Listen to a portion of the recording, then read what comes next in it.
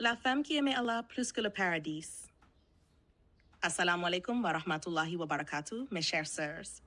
Aujourd'hui, je veux vous raconter l'histoire d'une femme qui nous montre ce que cela signifie d'aimer Allah pour Allah. Son nom, Rabia al-Adawiya, Rahima Allah.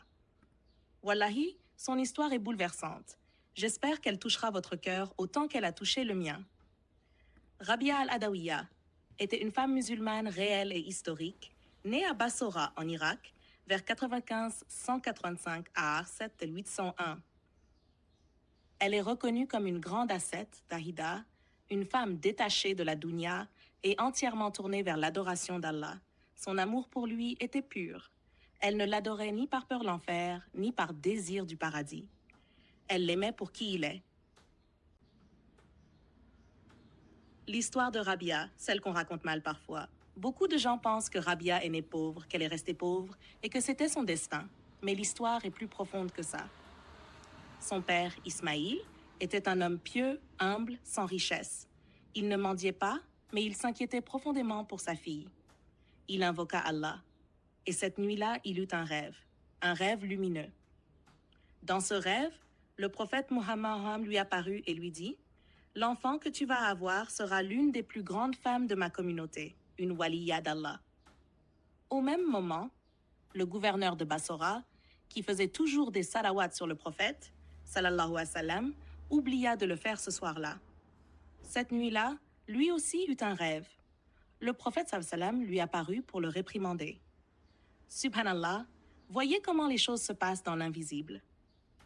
Le gouverneur se réveilla, paniqué. Il voulut réparer. Dans son rêve, le prophète sallallahu alayhi wa sallam lui dit « Va voir un homme nommé Ismaïl et donne-lui de l'aumône. » Le lendemain, il envoya de l'or à la maison d'Ismaïl. Vous voyez ce que je vois, mes sœurs?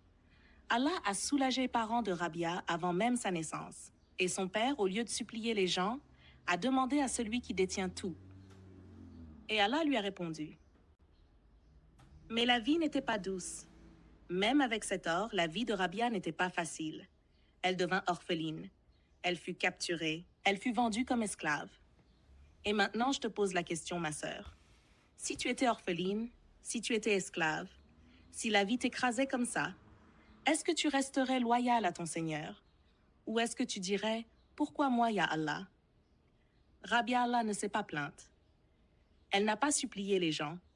Elle a supplié son Rab. Elle l'aimait. Elle a gardé son cœur pur, même quand tout autour d'elle était souillé.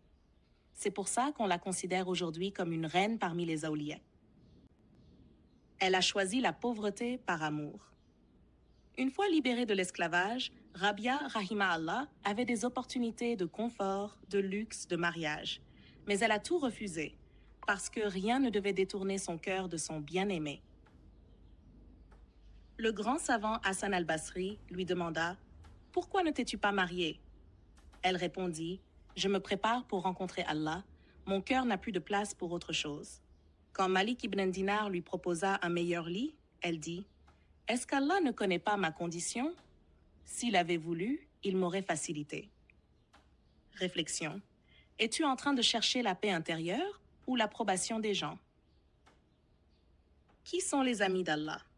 Le prophète Muhammad sallallahu alayhi wa sallam a appelé une waliya d'Allah. Mais c'est quoi une waliya? Ce n'est pas une super-héroïne mystique. C'est une femme proche d'Allah, protégée par lui, car elle l'aime d'un amour pur et sincère. Allah dit dans le Coran, « En vérité, les awliya d'Allah, aucune crainte ne sera sur eux, et ils ne seront point attristés. » Les awliya traversent des épreuves, mais leur cœur reste stable. Ils perdent des gens, la santé, l'argent, mais jamais leur foi.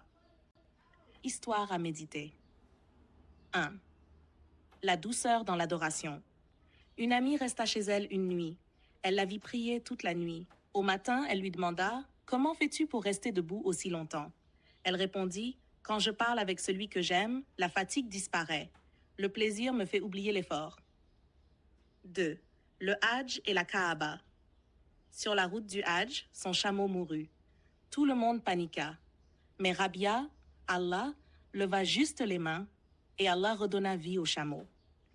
Elle dit que m'importe la maison si le seigneur de la maison n'est pas avec moi.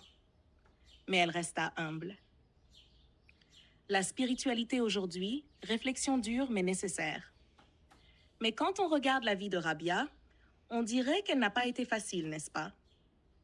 Je pense que ce qu'il faut retenir, c'est que les amis d'Allah traversent des épreuves.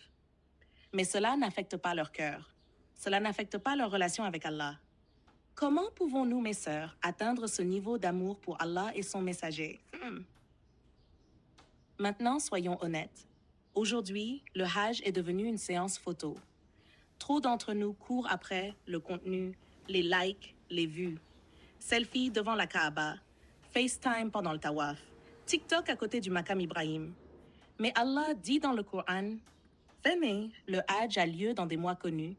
Quiconque l'entreprend, alors pas de rapports intimes, pas de désobéissance, pas de dispute. » Faire défiler TikTok devant la Kaaba, ce n'est pas une ibada. FaceTime depuis la mosquée sacrée, ce n'est pas la prière. C'est nourrir notre ego. Est-ce qu'on cherche les rituels ou est-ce qu'on cherche la proximité d'Allah? Qu'Allah me pardonne d'abord. Car moi aussi, je peux tomber dedans. Mais ce n'est pas un voyage pour créer du contenu. C'est un rendez-vous sacré avec le roi des rois. Et Inch'Allah, je ferai bientôt une vidéo entière sur ce sujet. Il faut que ça soit dit. Le feu et l'eau. On l'a vu une fois courir avec une torche dans une main et de l'eau dans l'autre. On lui demanda pourquoi. Elle répondit « Je veux brûler le paradis et éteindre l'enfer. » Pour que les gens adorent Allah juste pour lui, pas par peur ni pour une récompense. Sa faim, sa maladie, sa patience. À la fin de sa vie, Rabia Rahimahullah tomba malade. Son corps devint faible. Mais elle ne se plaignit jamais. Quand on lui demandait « Comment vas-tu ?» elle répondait « Il n'y a plus rien entre moi et cette dunya. Laissez-moi avec mon Seigneur. Bientôt je le retrouverai. » Quelqu'un lui demanda un jour « Comment es-tu arrivé à ce rang auprès d'Allah ?» Elle répondit « En acceptant avec patience ce qu'il m'envoie et en l'aimant à chaque instant qu'il donne ou qu'il retire. » Aujourd'hui, quand une personne meurt malade, certains disent c'est peut-être une punition. Mais non. Être malade, ce n'est pas une fin tragique. La vraie mauvaise fin, c'est de mourir sans la shahada. C'est de quitter ce monde sans la ilaha illallah, Muhammadur Rasulullah. Ya Allah, que nos derniers mots soient cette shahada. Amen. Ya Allah, accorde-nous un cœur comme celui de Rabia, un cœur qui ne dépend que de toi, un cœur qui n'est pas attaché au dunya, un cœur qui t'aime, pas pour ce que tu donnes, mais pour qui tu es. Amen. Si cette histoire t'a touché, partage-la à une sœur et suis Mouna MDC pour plus de rappels issus des cœurs des awliya, les amis intimes d'Allah.